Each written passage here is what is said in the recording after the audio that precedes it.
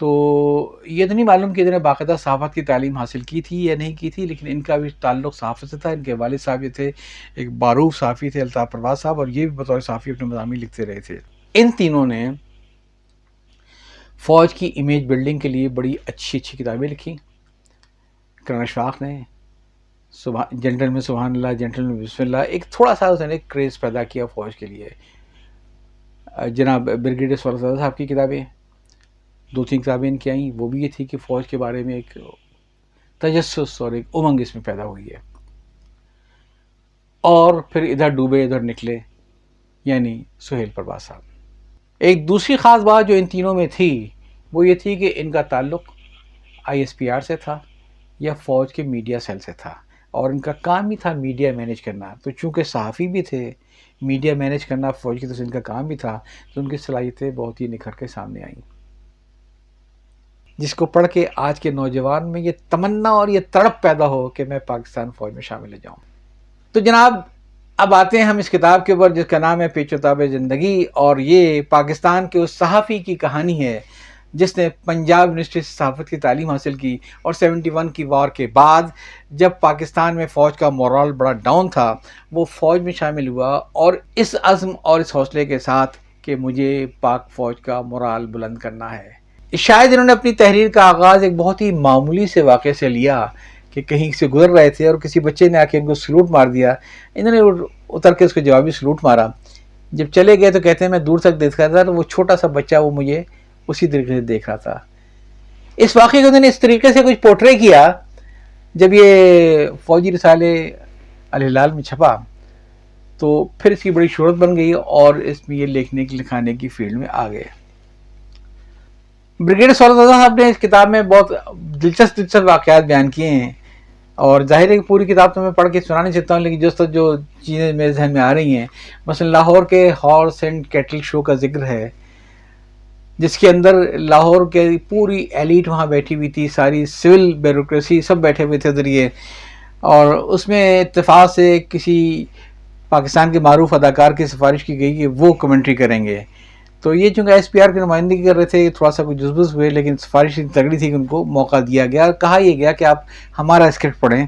لیکن اداکار صاحب نے کہا کہ میں ایکسٹمپور کمنٹری کروں گا، آپ کا اسکرپٹ نہیں پڑھوں گا. ہوا کیا؟ کہتے ہیں کہ اسٹیڈیم میں اہم ترین ملٹری اور سول شخصیات اور شہر لاہور کے اکابرین اور رؤساء اخبارات کے نمائندے موجود تھے. انہوں نے جب واک آؤٹ کی دھمکی دی تو ہم بھی خاموش ہو گئے. میلا مویشیاں کے ایک اہم ایونٹ ڈاگ ریس تھی. اس میں تربیت یافتہ کتے اپنے مالک کے اشاروں پر تیز رفتاری کا مظاہرہ کرتے تھے. ریس کا دورانیہ مختصر تھا، لہذا رواں تبصرے کرنے والے کو پلک جھپکنے کی فرصت نہیں ہوتی تھی. اداکار کمنٹیٹر کو ہر طریقے سے بریف کیا گیا تھا. اسٹیڈیم کی بائیں طرف سے کتے نکلے اور کمنٹیٹر بھی اپنے ساتھ ساتھ آنکھوں دیکھا حال بیان کرتے رہے.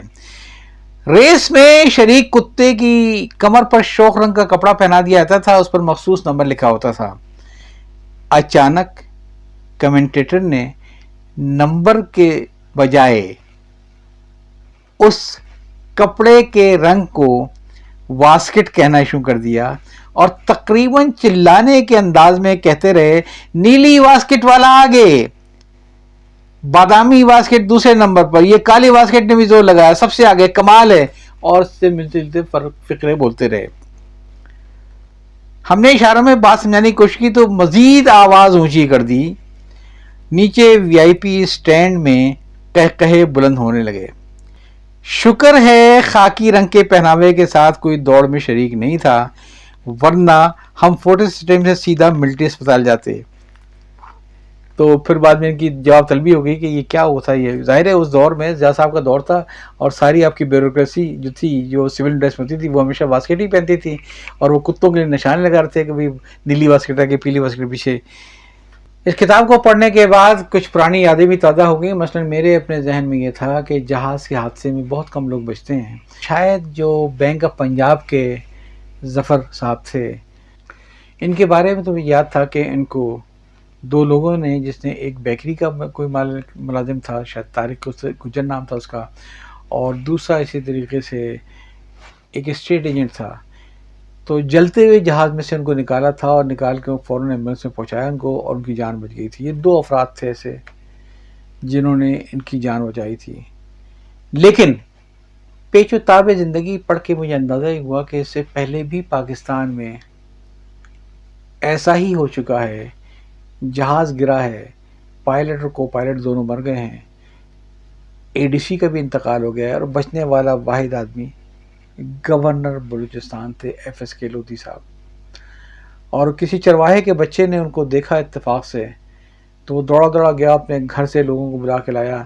تو جو گھر والے تھے انہوں نے لکھتے ہیں کہ علاقے میں موجود ایک چرواہے بچے نے جہاز کو گرتے ہوئے دیکھ لیا. وہ گاؤں بھاگا، چند بڑوں کو بلا کر لایا. انہوں نے شدید زخمی گورنر کو ٹریکٹر ٹرالی میں ڈالا اور قریبی شفا خانے کی جانب روانہ ہو گئے. راستے میں انہیں تیل اور ہلدی کا محلول پلاتے اور زخموں پر لگاتے رہے. موسم ٹھیک ہوتے ہی ہیلی کاپٹر پہنچا اور جنرل لودھی کو ملٹری اسپتال منتقل کر دیا گیا. تو یہ بھی ہماری ایک تاریخ کا ایک واقعہ ہے جو مجھے اس کتاب سے ملتا ہے کہ گورنر بلوچستان کا جہاز حادثے میں گرا ہے اور وہ سروائیو کیے ہیں، اور سارا کریڈٹ ایک چرواہے کے بچے کو جاتا ہے جو اپنے بڑوں کو بلا کے لایا، اور ان بڑوں کو جاتا ہے کہ اس کو وہ ہلدی اور تیل کا محلول پلا کے کسی صورت سے انہوں نے پہنچا دیا کسی قریبی اسپتال تک. بریگیڈیئر صاحب کی پوسٹنگز بوسیا میں بھی ہوئی. وہاں کے بہت سارے واقعات لکھے ہیں، جس میں ایک بڑا دلچسپ واقعہ یہ بھی ہے کہ ایک قریب میں کروشیا کے علاقے میں کسی مسجد میں نماز پڑھنے کے لیے جاتے تھے، اور وہاں پھر لوگوں نے کوشش کی کہ مسجد کے لیے کر سکیں. جب اس سے مقامی لوگوں سے، علماء سے، مسجد کے امام سے بات کی کہ اس مسجد کے لیے کیا ہو سکتا ہے، تو جو لڑکی ترجمانی کر رہی تھی جس کو انگریزی آتی تھی، تو اس نے کہا کہ مسجد کے لیے آپ ان کو پیسہ مت دیجیے. یہاں پہ ہم نوجوانوں کا جو مسئلہ ہے وہ یہ ہے کہ ہمارے پاس کوئی سوشل گیدرنگ کی جگہ نہیں ہے. آپ ہمیں اگر خرچ کرنا ہے تو نوجوانوں کی ملاقات کے لیے کوئی نائٹ میوزک کلب وغیرہ کا انتظام کیجیے. اور پھر انہوں نے وہ کیا، وہ بنا، بلکہ اسی مسجد کی بیسمنٹ بنا. بات بڑی معقول ہے. اس لڑکی نے بتایا یہ کہ چونکہ ہمارا کسی قسم کا اب کوئی رابطہ آپس میں میل جول نہیں ہے، ظاہر ہے وہاں کے علاقے کی ثقافتی اور ہزاروں سال پرانی ثقافتی یورپ کا وہ علاقہ تھا. لڑکیاں اور لڑکے آپس میں ملتے جلتے تھے اچھی طریقے سے، یہ شادی سے پہلے ایک دوسرے کو سمجھتے تھے، وہ روایت تھی. کہنے لگے اب چونکہ لڑکے نہ ہونے کے برابر ہیں لہٰذا وہ ملاقات کا موقع بھی نہیں ہے. اب ہمارے والدین مسلمان لڑکیوں کی کرسچین لڑکوں سے شادی کرنے کے لیے آمادہ ہیں اور کر بھی رہے ہیں. تو ہر علاقے کی سوشل روایات ہوتی ہیں. اگر آپ دیکھیں تو پاکستان کے اندر بھی جب ہمارے اس خطے میں، ہندوستان پاکستان میں جب وہاں سے لوگ آئے ہیں، تو جب ہندو آبادیوں کے ساتھ ان کا اختلاط ہوا تو اس کے بعد بہت ساری ایسی رسمیں ہمارے یہاں بھی آ گئی ہیں جس کا مسلم معاشرے میں کوئی تصور نہیں تھا. میں آپ سے شادی بیاہ اور مہندی وغیرہ کی بات نہیں کر رہا ہوں. جوائنٹ فیملی سسٹم اسلام میں تو کوئی کانسیپٹ ہی نہیں ہے کہ نامحرم کے ساتھ آدمی گھر میں رہے، لیکن ہم نے اس چیز کو قبول کیا. تو یہ انہوں نے بڑی فراست و دانشمندی کا مظاہرہ کیا کہ وہاں پہ انہوں نے لوکل کسٹمز کو ذہن میں رکھتے ہوئے وہ موقع دیا کہ ایک بار پھر مسلمان لڑکے اور لڑکیاں آپس میں ملیں، شادیاں کریں، اور وہ آہستہ آہستہ پلٹ کے پھر اسلام کی طرف آ جائیں گے، ورنہ جو رہی سی ہے وہ بھی چلی جائے گی. کراچی میں ان کی پوسٹنگ ہوئی. بڑے افسوسناک واقعات اس میں جو کراچی کی تھے اس زمانے میں. اور جو سب سے بڑا افسوسناک واقعہ کراچی کی پوسٹنگ کا ہے کہ ایک زمانے میں ایم کیو ایم اور پی ایس ایف یا اے پی ایم ایس اور پی ایس ایف ایک دوسرے کے خلاف برسر پیکار تھے، اور اس میں دونوں نے ایک دوسرے کے کافی لڑکوں کو اغوا کر کے بدترین ٹارچر کے ساتھ ان کو قید میں رکھا ہوا تھا. اور کہتے ہیں کہ جب بڑی مشکل سے دونوں کو ساتھ بٹھایا، ان کے لیڈروں کو پیچ اپ کرایا اور مغوین کا تبادلہ ہوا، تو بہت ہی عبرتناک منظر تھا. جس قسم کے ٹارچر کیے گئے تھے ایک دوسرے کے اوپر وہ بیان کرنے والے نہیں ہیں. ان کے جسم کے جو حالات تھے، ان کے جہاں جہاں ان کے ڈرل مشین چلائی گئی تھی، جہاں جہاں ان کے لکھا گیا تھا چاقو سے نکال لیا، تو کہا یہ گیا تھا کہ یہ چیز ٹاپ سیکرٹ رہے گی، کسی کو پتہ نہ چلنے پائے. جب وہ قیدیوں کا تبادلہ ہوا، انہوں نے اپنے قیدی ان کے حوالے کیے، انہوں نے اپنے قیدی ان کے حوالے کیے، لیکن بریگیڈیئر سہرت رضا صاحب نے اس کی خبر اور اس کی تمام تصویریں شام کے ایک اخبار کے ذریعے لیک کر دیں. اس پہ کافی ہنگامہ ہوا اور ان سے کہا یہ گیا کہ جب آپ کی ذمہ داری لگائی گئی تھی کہ یہ خبر لیک نہ کرنے پائے تو یہ خبر اور یہ تصویریں کیسے پہنچی ہیں.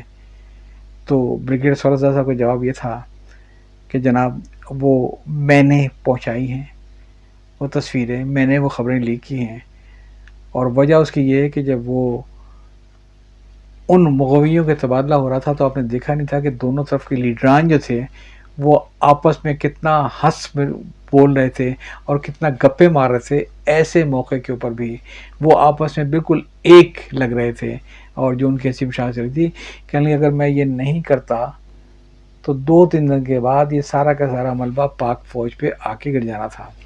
اس پوری کتاب سے مجھے یہ لگتا ہے کہ وہ کہتے ہیں کہ آدمی فوج سے نکل جاتا ہے لیکن فوج آدمی سے نہیں نکلتی. بعض اوقات ہمارے پیشن جو ہیں وہ ہمارے پروفیشن پہ اتنا غالب ہو جاتے ہیں کہ پھر ہم اسی رنگ میں رنگے جاتے ہیں. بریگیڈیئر سولوسا صاحب کو آرمی سے جتنی محبت تھی اور ہے وہ ساری اس کتاب میں موجود ہے. لیکن میں یہ سمجھتا ہوں کہ اس میں کئی چیزیں وہ بھی تھیں جس کا اگر وہ ذکر نہ بھی کرتے تو کوئی حرج نہیں تھا. کیوں؟ اس لیے کہ ان کے قارئین ضروری نہیں کہ ان کی اس بات سے اتفاق کریں. وہ ان کا ذاتی نقطہ نظر یقیناً ہوگا جس کا میں احترام کرتا ہوں. مثلاً بریگیڈیئر صاحب کو یہ معلوم ہے کہ اس خطے میں کچھ لوگ ایسے ہیں جو ماشاء اللہ کی حکومت کو زیادہ پسند نہیں کرتے ہیں اور خرابیوں کی ذمہ داری سمجھتے ہیں. بریگیڈیئر صاحب نے ضیاء الحق اور پرویز مشرف یہ دو کے بارے میں تو ایک کانسیپٹ ہے لوگوں کا کہ بھئی وہ مہاجر تھے، دلی سے آئے تھے وغیرہ وغیرہ. بریگیڈیئر صاحب نے اس کتاب میں ایوب خان کو اور یحییٰ خان کو دونوں کو دہلوی قرار دیا ہے، صرف اس لیے کہ انہوں نے تعلیم جا کے علی گڑھ سے حاصل کی تھی. اب اگر آپ مجھے یہ بتانا چاہ رہے ہیں کہ ایوب خان بھی دہلوی تھا جو ان کے بعد ضیاء الحق صاحب آئے وہی مہاجر تھے، پرویز مشرف بھی مہاجر تھے، یحییٰ خان جنہوں نے پاکستان کو توڑا وہی مہاجر تھے، تو آپ جو پیغام مجھے دینا چاہ رہے ہیں وہ میری حلق سے نہیں اتر رہا ہے. یہاں پہ آپ کو مہاجر نان مہاجر کا ایشو نہیں چھیڑنا چاہیے تھا. میں یحییٰ خان کے بارے میں جو بھی رائے رکھوں گا، ان کی جو بھی قومیت ہوتی وہ اس سے کوئی فرق نہیں پڑتا ہے، چاہے وہ پٹھان ہوں، چاہے وہ پنجابی ہوں، چاہے کوئی بھی ہوں. میرے نزدیک وہ پاکستان توڑنے کا ہے. اچھا، اس میں بھی یہ ہے کہ بریگیڈیئر صاحب کی کتاب سے تاثر ہی ملتا ہے، بلکہ انہوں نے ذکر بھی کیا اس کے اندر یہ کہ اگر یحییٰ خان کے خلاف ان کی نازیبا فلمیں چلائی گئیں، یہ اس کتاب میں درج ہے، یا پلٹن میدان میں جو پاکستانی فوج نے ہتھیار ڈالے، اس کا مقصد یہ تھا کہ بھٹو صاحب اور جو سیاستدان تھے وہ فوج کو بدنام کرنا چاہ رہے تھے. بھائی وہ تصویریں جعلی تو نہیں تھیں، وہ ویڈیو کلپ جعلی تو نہیں تھے. ایسا کام ہی کیوں کرے آدمی کہ بعد میں یہ خیال ہو کہ اس سے لوگ ہمیں بدنام کریں گے. یہ ایک مصنف کی آپ بیتی نہیں بول رہی ہے، یہاں پہ ایک ISPR کا ترجمان بول رہا ہے. بات کی کارگل کے آپریشن کی، میں چلیے ان کی باتوں سے اتفاق کر لیتا ہوں بریگیڈیئر سولوسا صاحب کی کہ پرویز مشرف صاحب نے پراپرلی بریف کر دیا تھا اور نواز شریف صاحب سمجھے نہیں تھے وغیرہ وغیرہ. لیکن کچھ حقائق ایسے بھی ہیں جس پر کسی نہ کسی کو کبھی نہ کبھی کوئی نہ کوئی جواب دینا پڑے گا. کیا یہ حقیقت نہیں ہے کہ کارگل کا آپریشن جب شروع ہوا تھا تو اس وقت ہم نے اس کو اون کرنے سے انکار کر دیا تھا؟ پاکستانی حکومت کا اور پاکستانی فوج کا انسٹانس یہ تھا کہ یہ مجاہدین ہیں جنہوں نے وہاں پہ چوٹیوں پہ قبضہ کر لیا ہے. یہ بات آن ریکارڈ ہے یا نہیں ہے؟ اور اس کے بعد انفارچونیٹلی جب وہ ایڈونچر مس ایڈونچر میں تبدیل ہوا تو اس کے بعد بھی ہم کافی عرصے تک ہچکچاتے رہے ان کو فوجی ماننے کے لیے، یہاں تک کہ وہاں پہ ہمارا جو ایک بہادر شہید تھا کرنل شیر سنگھ، جب شہادت ہوئی تو وہاں پہ جو ہندوستان کا جو کمانڈر تھا اس نے بڑے احترام کے ساتھ اس کی لاش کو دہلی پہنچایا، پیغام لکھا کہ یہ ایک بہادر سپاہی تھا، بہت بہادری سے لڑا تھا، اس کو پاکستانی فوج کا اعلیٰ ترین اعزاز دیا جائے. ریکارڈ پر یہ ہے کہ ہماری ایمبیسی نے اور ہماری حکومت نے اس کی لاش کو لینے سے انکار کر دیا کہ یہ پاکستانی نہیں ہے. یہ ریکارڈ پر ہے. اس کے بعد انڈیا نے ریڈ کراس کے ذریعے اس کی لاش پاکستان بھیجائی تھی. شکر ہے ہم نے بعد میں اس کو پاکستانی مانا اور نشان حیدر بھی دے دیا. یہ ریکارڈ پر ہے کہ ہم انکار کرتے رہے کہ ہمارے کوئی فوجی نہیں ہے، اور 11 سال کے بعد ہم نے اپنی ویب سائٹ پہ 450 پاکستانی سپاہیوں اور افسران کی تفصیل ڈالی کہ یہ لوگ اس جنگ میں شہید ہوئے تھے۔ بہت افسوس کی بات ہے کہ بہت کم ایسے شہداء تھے جن کے لاشیں آ سکے، باقی اگر آپ یوٹیوب چیک کریں تو شہیدوں کی لاشیں وہیں پہ ہمارے پڑے ہوئے ہیں۔ یہ سب چیزیں آن ریکارڈ ہیں۔ اسی طریقے سے پلٹن میدان کی جو تقریب ہے ہتھیار ڈالنے کی، اس پر بریگیڈیئر صاحب نے بالکل صحیح اعتراض کیا کہ اس سے فوج کا مورال خراب ہوتا ہے دکھانے سے بار بار۔ یہ ایک حقیقت ہے کہ جب پاکستانی فوج سپاہیوں کو سپاہی اور شہیدوں کو اپنا سپاہی ماننے کو تیار نہیں تھی، اس کے بعد 25 جولائی کو ایک اور تقریب ہوتی ہے سفید جھنڈے کے اندر۔ ہندوستان کے کچھ ساتھی پاکستانی سپاہیوں کی لاشیں لے کر آتے ہیں اور پاکستان کا کمانڈر یہ اعتراف کرتا ہے کہ جناب یہ پاکستانی تھے۔ اس کے بعد باقاعدہ ان شہیدوں کو دونوں جانبین سے سلوٹ کی سلامی دی جاتی ہے اور پاکستان شہیدوں کو واپس لے کے آتا ہے۔ یہ سب چیزیں آن ریکارڈ ہیں اور بات نکلے گی تو بہت دور تلک جائے گی۔ جناب یہ بھی چیز آن ریکارڈ ہے کہ پاکستان کو کارگل میں اگر شکست ہوئی تو اس لیے شکست ہوئی تھی کہ ہمارے ہاں کسی قسم کی کوئی آرمی میں فضائیہ میں خود آرمی کے اندر بھی کسی قسم کی کوئی ہارمونی نہیں تھی۔ اس وقت کے پاک فضائیہ کے ڈائریکٹر آپریشن قیصر طفیل صاحب کا کہنا یہ ہے کہ وہاں پر فوج میں سوائے 3 لوگوں کے خود بری فوج میں پرویز مشرف صاحب، جنرل محمود اور ناردرن ایریا کے کمانڈر، چوتھے کسی کو کوئی اطلاع نہیں تھی کہ پاک آرمی کیا کرنے کے لیے جا رہی ہے۔ وہ بتاتے ہیں کہ ہم سے رفتہ رفتہ کبھی کبھی انفارمیشن لی جاتی تھی کہ آپ کی وہاں پہ کیا صورتحال ہے، کتنے جہاز آپ کے ٹھیک ہیں، کتنی چیزیں آپ کی ٹھیک ہیں، آپ پاس آئل کتنا ہے، یہ ہمیں کچھ نہیں بتایا گیا تھا کیوں مانگا پوچھا جا رہا ہے۔ ہم خوش ہوتے شاید اس کو امپروو کرتے ہیں۔ پھر ایک دن اچانک وہ اس وقت کے جو فضائیہ کے جو چیف تھے انہوں نے 3 لوگوں کو بلایا اور 3 لوگوں کو بلانے کے بعد ان سے کہا کہ آپ جائیے پاک آرمی کے ہاں، وہ لوگ آپ کی کوئی بریفنگ کرنا چاہتے ہیں۔ فضائیہ کے چیف کے کہنے پر فضائیہ کے 3 لوگوں کا ایک وفد گیا وہاں پہ ملنے کے لیے، جس میں ایئر کموڈور عابد صاحب تھے، جس میں ایئر کموڈور سلیم نواز صاحب تھے اور یہ ڈائریکٹر آپریشن قیصر طفیل صاحب تھے۔ وہاں ان کے سامنے پہلی بار یہ انکشاف کیا کہ پاکستان آرمی 2 دن پہلے کارگل شروع کر چکی ہے، بلکہ اس میں سے جب وہ باہر نکلے ہیں تو ایک تھے ایئر کموڈور عابد صاحب، انہوں نے پھر ایک تاریخی جملہ کہا جو اکثر دہرایا جاتا ہے کہ اس آپریشن کا نتیجہ یا کورٹ مارشل ہے یا مارشل لا۔ پاکستانی فضائیہ کو کچھ نہیں پتا تھا کہ ہم کیا کر رہے ہیں۔ اسی دوران کارگل میں جو شکست ہوئی ہے ہمیں، وہ صرف اور صرف انڈین فضائیہ کی آپریشن سفید ساگر کی وجہ سے، اور شاید پاکستان کی ہسٹری میں اس کے علاوہ کبھی کوئی ایسی ہندوستان کی فضائیہ کو برتری نہیں ہوئی، کیونکہ پاکستان کی فضائیہ کو سرے سے اعتماد میں نہیں لیا گیا۔ ہندوستان کے جہاز 32,000 فٹ کی بلندی سے جا کر تمام لوکیشنز کی وہ لیتے تھے۔ ہمارے جو میزائل تھے ان کی مار 28,000 فٹ کی تھی، ہم اس کو ایک آدھ شروع میں گرا لیے لیکن بعد میں ان کی ہائٹ تھی ہم گرا نہیں سکتے تھے۔ وہ تمام لوکیشنز وہاں سے بھیجا کرتے تھے کہ کس کس مقام پہ ہماری کتنے لوگ بیٹھے ہیں کیا ہے، اور پھر ادھر سے انڈیا کے سائڈ سے لیزر گائیڈڈ میزائل آ کے تباہیاں پھیرتے رہے۔ یہ ہوا تھا آپریشن سفید ساگر۔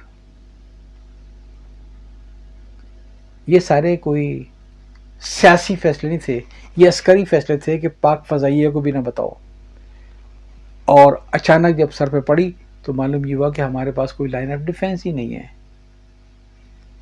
اکثر لوگ یہ کہتے ہیں کہ کارگل میں ہم نے ہندوستان کو گلے سے پکڑ لیا تھا اور نواز شریف نے مروا دیا، کلنٹن کے جا کر معاہدہ کر کے آ گیا۔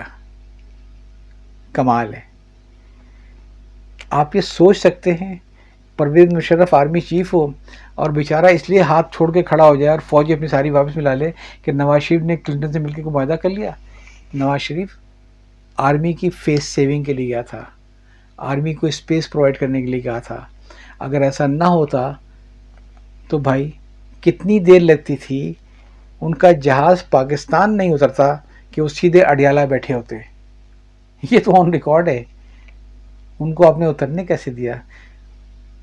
اگر ان کے احکامات اس طریقے سے ریاست پاکستان کے خلاف تھے تو آپ نے اس پر عمل درآمد کیوں کیا؟ آپ کہتے نا کہ ہم نہیں مانتے, ہم نے گردن سے پکڑ لیا ہے. ایسا کچھ بھی نہیں ہوا. اور انفارچونیٹلی معاملات بہت ہی خراب ہوئے. بہت ساری تفصیلات ہیں, میں بیٹھوں گا تو لمبا معاملہ خراب ہو جائے گا. ہم بات تو کر رہے ہیں اس وقت یہ بریگیڈیئر سور رضا صاحب کی پیچ و تاب زندگی کی. بہت اچھی کتاب ہے, بڑے اچھے طریقے سے لکھی گئی ہے, اور یقیناً اس میں جو نوجوان ہیں اس کو پڑھ کے بڑی امنگ پیدا ہوگی کہ وہ بھی پاک فوج کا ایک حصہ بنے. یہ اس دور کے لوگوں سے ہے. اس کتاب میں آخر میں ایک لطیفہ بیان کیا ہے, وہ میں پہلے آپ کو لطیفہ بیان کروں گا. بریگیڈیئر سور رضا صاحب لکھتے ہیں کہ جب نواز شریف نے آرمی چیف کو تبدیل کیا اور ضیاء الدین صاحب کو لے کر آیا, پرویز صاحب کو ہٹایا, تو اس میں جو ایک لطیفہ ہے وہ یہ لکھا ہے کہ دوسری جانب جنرل پرویز مشرف ہمیشہ اعلیٰ سپاہیانہ اقدار کے حامل رہے ہیں. ان کی شہرت ایک باوقار پیشہ ورانہ صلاحیت کے حامل افسر کی تھی. انہیں اگر شک بھی ہو گیا ہوتا کہ وزیر اعظم انہیں آرمی چیف کے طور پر برداشت نہیں کر رہے ہیں تو ایک اچھے سپاہی کی مانند دستبردار ہو جاتے. اس پر مجھے ایک لطیفہ یاد آیا کہ ایک زمانے میں کہ ایک فلم کے اندر کسی اداکارہ کا تکیہ کلام تھا کہ ایک تو میں بھولی بہت, دوسرے میری عمر ہی کیا. اور کسی منظر میں غالباً کسی نے ان کو بہلانا پھسلانا چاہا کہ یہ باتیں ہماری مان جاؤ. وہ ماننے کو تیار نہیں تھی. تو سمجھایا اس کو کہ دیکھ تو بھولی بہت ہے نا, تو یہ کیا فرق پڑے گا. تو اس نے کہا ایک جملہ کہ پولی تے میں ہے گی پر ایڈی بھی کہ پولی نہیں. یعنی پرویز مشرف صاحب کو ذرا بھی انداز لگ جاتا کہ یہ نواز شریف مجھے آرمی چیف کے طور پہ ہٹانا چاہ رہے تھے تو وہ خود سے ہٹ جاتے اچھے سپاہی کی مانند. میرا خیال ہے پرویز مشرف صاحب نے بھی یہ پڑھ کر دل میں زور سے ایسے ہوں گے اور کہا یہ ہوگا کہ سولت رضا پولاتے میں ہے گا پر ایڈا بھی کوئی پولا نہیں. یاد چاہتا ہوں. اللہ حافظ.